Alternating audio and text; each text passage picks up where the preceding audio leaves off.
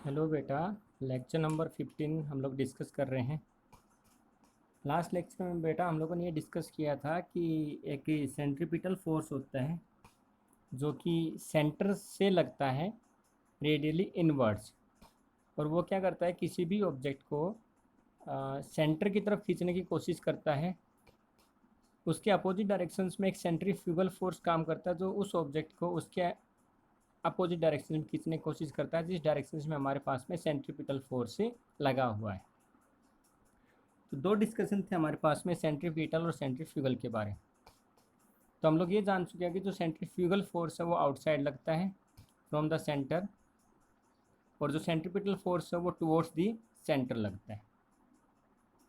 आज का जो हमारा टॉपिक है बेटा वो है rounding a level curved road और a car is moving in a circular road. हम लोग ये जानते हैं कि जब हम लोग टर्न लेते हैं, मान लीजिए एक ऑब्जेक्ट जो है वो ऐसा सीधा जा रहा है और यहाँ से जो है ये ऑब्जेक्ट ऐसा टर्न लेते हैं, ठीक है। जब ये ऑब्जेक्ट ऐसा टर्न लेगा तो अभी इस ऑब्जेक्ट की जो डायरेक्शन है वो मेरे पास में ये वाली है, और अभी इस ऑब्जेक्ट की डायरेक्शन जो है वो चेंज हो गई और वो डायरेक्शन चेंज होके ऐसी हो गई है, ठीक है। तो सबसे पहले हम लोग देखते हैं, डायग्राम से समझते हैं। जब एक व्हीकल एक रोड के ऊपर मूव कर रहा है और हम उस व्हीकल को टर्न करना चाहते हैं, तो ये जो व्हीकल है, ये व्हीकल ऐसा सीधा जा रहा था।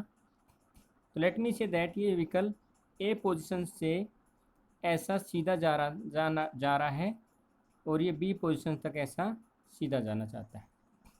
लेकिन हम लोगों ने क्या किया, इस ए पॉइंट से इस व्हीकल के ऊपर एक फोर्स लगाया, और फोर्स लगा के इसको हम लोग टर्न करके कहाँ लेके गए, सी पॉइंट के ऊपर लेके चले गए। We see that the object want to regain their original state. मतलब कि हम लोग ये जानते हैं कि कोई भी जो ऑब्जेक्ट है वो जिस स्टेट में है वो उसी स्टेट में रहने की कोशिश करता है। यदि हम उसकी स्टेट को चेंज करने की कोशिश करता है तो वो उसका अपोज करता है। तो ये व्हीकल जो है ऐसा सीधा जाना चाहता था, लेकिन हम लोगों ने इसकी स्टेट चेंज कर दी और इसको ऐसा टर्न कर दिया। अभी भी इस व्हीकल का सी पॉइंट पे जो व्हीकल है, इस व्हीकल का जो इंटेंशन ऑफ मोशन है, मतलब उसके जिस डायरेक्शन में जाने की जो इच्छा है, वो है हमारे पास में ये वाली डायरेक्शन। इंटेंशन ऑफ मोशन जो है ये वाली डायरेक्शन। हम लोग ये जानते हैं कि जिस डायरेक्शन में इंटेंशन ऑफ मोशन होता है उसके अपोजिट डायरेक्शन में हमारे पास में फोर्स ऑफ फ्रिक्शन का काम होता है। तो this is the direction of the intention of motion. इसके अपोजिट डायरेक्शन में हमारे पास में फोर्स ऑफ फ्रिक्शन जो है वो काम करेगा। तो हम लोग ये जानते हैं कि ये व्हीकल ऐसा यहाँ से टर्न होने वाला है। तो यदि मैं इस टर्निंग पॉइंट को पूरा घुमा दूँ तो ये मेरे पास में एक सर्कल बन जाएगा, ठीक है। और यहाँ से लेके ये जो व्हीकल ऐसा मूव करेगा तो ये एक सर्कुलर पाथ में मूव करेगा। तो व्हीकल का जो टर्निंग पॉइंट है, this point will work as a part of the centre. So यहाँ से लेके यहाँ तक का जो सेंटर से जो फोर्स लग रहा है that is called friction force, and in this time the friction force will work as a centripetal force. फिर से हम लोग ये जानते हैं जो फोर्स ऑफ फ्रिक्शन है वो इंटेंशन ऑफ मोशन के अपोजिट डायरेक्शंस में लगता है। तो इंटेंशन ऑफ मोशन हमारे पास में इधर हुआ तो इसके opposite direction force of friction काम करेगा और वो हमारे पास में इस डायरेक्शन मूव करेगा। तो ये फोर्स जो है एक सर्कल के सेंटर की तरफ लग रहा है, और सेंटर की तरफ लगने वाला जो फोर्स होता है that is called centripetal force होता है। तो here force of friction will work as a centripetal force. Okay, ये हमारे पास में एक व्हीकल है या एक ऑब्जेक्ट है। इस ऑब्जेक्ट का एक मास है और मास के ऊपर एक ग्रेविटी लगी हुई है, तो हम लोगों ने इसको बोला कि ये हमारे पास में mg हो गए। तो mg जो है वो डाउनवर्ड डायरेक्शन में है। इस mg को बैलेंस करने के लिए हमारे पास में एक नॉर्मल रिएक्शन बनेगी जो mg के अपोजिट डायरेक्शन बनेगी, that is called normal reaction. कई बार जो है कुछ बुक्स वाले इसको n लिखते हैं, कुछ बुक्स वाले r लिखते हैं, कोई फर्क नहीं पड़ता। n मतलब नॉर्मल है, r मतलब भी नॉर्मल रिएक्शन ही है, ठीक है।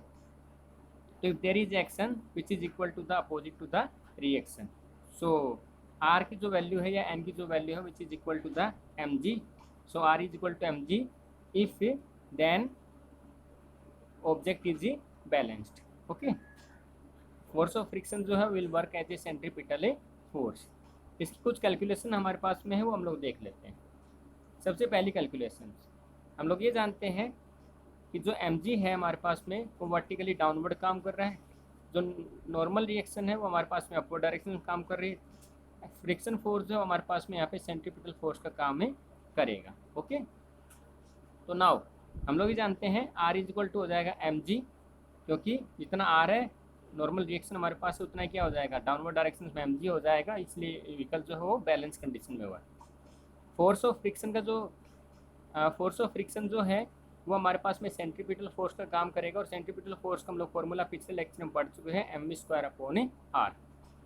इसको मैं इक्वेशन नंबर 1 दे देता हूँ, इसको इक्वेशन नंबर 2 दे देता हूँ, दोनों इक्वेशंस को आपस में डिवाइड कर देता हूँ, तो ये आ जाएगा हमारे पास में F R upon R, M से एम कैंसिल, ठीक है। तो और हमारे पास में आ जाएगा F upon R is equal to M से M cancel V square upon R G. Okay, यहाँ पे जो एफ आर है फोर्स ऑफ फ्रिक्शन, उससे रिलेटेड हम लोग को एक चीज़ समझ में आती है कि हम लोगों ने लो एक कोफिशिएंट ऑफ लिमिटिंग फ्रिक्शन पढ़ा था, that is equal to U, और वो यू था हमारे पास में frictions divided by normal reaction का रेशियो। तो यू की वैल्यू होता है एफ आर अपॉन आर। तो यहाँ से हम लोग फ्रिक्शन वैल्यू जो है हमारे पास में एफ आर, उसकी वैल्यू निकाल सकते हैं, तो हम लोगों ने वैल्यू पुट कर दी यहाँ पे, आर से R cancel, V square is equal to आ जाएगा म्यू आर जी, और इसको उधर भेजेंगे तो आ जाएगा under root of mu R G. यहाँ पे जो v है वो है उस ऑब्जेक्ट की जो कि टर्न हुआ है उसकी वेलोसिटी। भाई हमने पढ़ा ना कि ऑब्जेक्ट जो है वो एक कर्व हुआ है, मतलब एक टर्न हुआ है, जिस डायरेक्शन में जा रहा था उधर से उसने टर्न लिया है। म्यू जो है यहाँ पे है coefficient of limiting frictions, R जो है वो रेडियस है कि वो उस सर्कल का कितना रेडियस बनाना चाहता है। जैसे ये आर यदि बड़ा होगा तो ये रेडियस क्या हो जाएगा, ये व्हीकल ऐसा आएगा और ये बड़ा रोटेशन लेगा। यदि आर हमारे पास छोटा हो तो ये व्हीकल ऐसा आएगा और ये छोटा रोटेशन लेगा, ठीक है। तो आर है यहाँ पे रेडियस ऑफ द कर्व। अच्छा, अगली चीज़, तो ये जो वैल्यू है v की, ये वैल्यू किस किस के ऊपर डिपेंड करती है। तो v की वैल्यू हम लोग समझ चुके हैं, पहली डिपेंड करती है कोफिशिएंट ऑफ फ्रिक्शंस के ऊपर। मान लीजिए हम लोग ये देखते हैं कि कोफिशिएंट ऑफ फ्रिक्शन जो है वो हमारे पास में यदि स्मूथ सरफेस रहता है तो उनका कम होता है। तो मान लीजिए एक टर्न है, एक रास्ता है जिस पे आप लोग मान लीजिए डेली बाइक लेके जाते हो, तो हम लोग ये देखते हैं कि जो बाइक है वो आप जनरली जो हमारे नॉर्मल डेज रहते हैं उसमें आप 30 की स्पीड पे उस कर्व को टर्न कर लेते हो, उस मोड़ के ऊपर आप मुड़ जाते हो। But one day we see that there is a raining season, और जो बाइक है वो आप लोग 30 की स्पीड पे ही मोड़ना चाहते हो, तो हम लोग ये देखते हैं बाइक 30 की स्पीड पे नहीं मुड़ती और वहाँ पे फिसल के गिर जाती है, या फिर मुड़ने की बजाय सीधी चली जाती है, ठीक है। तो ऐसा क्यों हुआ, हम लोग ये जानते हैं कि रेनिंग सीजन में जो फ्रिक्शन था, limiting friction between the tyre and the road, वो घट जाता है, और उसकी वजह से हमारा जो म्यू घट गया, तो जो वेलोसिटी है, वेलोसिटी भी हमारे पास में घटनी चाहिए, लेकिन वेलोसिटी हम लोग नहीं घटाते, इसलिए बाइक जो है वो स्किड हो जाती है, फिसल के कहीं दूसरी जगह पे चली जाती है, ठीक है। दूसरा हम लोग ये देखते हैं कि जनरली जब हम लोगों को बाइक मोड़नी होती थी, स्पीड स्लो होती है, तो हम रोड के ऊपर बाइक आराम से मोड़ लेते हैं। लेकिन कई बार आप लोगों ने नोटिस किया होगा कि जब हमारे पास में बाइक की स्पीड ज़्यादा होती है तो हमें रोड का जो है एक लंबा कर्व खींचना पड़ता है, मतलब कि हमें आर बढ़ाना पड़ता है, क्योंकि यदि आर बढ़ेगा तो ही हम लोग क्या बढ़ा सकते हैं, वेलोसिटी बढ़ा सकते हैं, ठीक है। ओके, तो v is depends on mu and R. अब क्वेश्चन ये है कि हम लोग जो है म्यू भी नहीं घटाना चाहते, आर भी नहीं बढ़ाना चाहते, और जो v है उसको उतना ही रखना चाहते हैं, मतलब कि ये दोनों वैल्यू जो है ये चेंज नहीं होनी चाहिए, और v हम जो है उसको बढ़ाना चाहते हैं। मान लीजिए हम लोग जो है 30 की स्पीड से जाते हैं और अभी हम लोग म्यू और आर जो है वो उतने का उतना है, मतलब उसी मोड़ पे मुझे मुड़ना है, लेकिन अब की बार मैं वेलोसिटी को बढ़ाना चाहता हूँ। तो हम लोग किस प्रकार से वेलोसिटी को बढ़ा सकते हैं, तो आप लोगों ने नोटिस किया होगा कई बार कि जब हम लोग बाइक की स्पीड ज़्यादा होती है और हमें कोई मोड़ मुड़ना होता है तो हम लोग अपने आप को झुका लेते हैं, मतलब बाइक को जो हो बेंडिंग कर देते हैं, झुका देते हैं। या जो रेस वगैरह जो करते हैं, आप लोगों ने रेस कार वगैरह देखी होगी, या तो बाइक वगैरह जो रेस देखी उसमें हम लोगों ने देखा होगा कि वो बाइक वाले बाइक को झुका लेते हैं, साइकिल वाले जो हो कम्प्लीटली साइकिल को झुका लेते हैं। ठीक है, तो वो झुकाने से क्या होता है? तो आंसर है झुकाने से हमारा जो फोर्स ऑफ फ्रिक्शन है, या ये कहें कि झुकाने से हमारा जो सेंट्रीपिटल फोर्स है उसकी वैल्यू बढ़ जाती है, और हमें म्यू और आर बिना बढ़ाए हुए भी हम लोग वेलोसिटी को बढ़ा सकते हैं, और हमारी जो साइकिल है वो स्किड नहीं होती है। ठीक है, तो अगला जो हमारा टॉपिक है that is called bending of the cyclist. तो पहले इसका डायग्राम हम लोग ये जान चुके हैं अब तक कि जो फ्रिक्शन फोर्स है वो हमारे पास में एक सेंट्रीपिटल का फोर्स का काम करता है, क्योंकि सेंट्रीपिटल फोर्स वो था जो सेंटर की तरफ से लगता था। ओके, तो फ्रिक्शन फोर्स यदि सेंट्रीपिटल फोर्स का काम करता है, but we want to more frictions, means we want more centripetal force. So how we can achieve more centripetal force without changing the r and without changing the mu, that is called limiting friction. So we have a new topic that is called bending of the cyclist. तो पहले इसका diagram समझते हैं। ये हमारे पास में दो एक्सिस है, वाई एक्सिस और एक्स एक्सिस,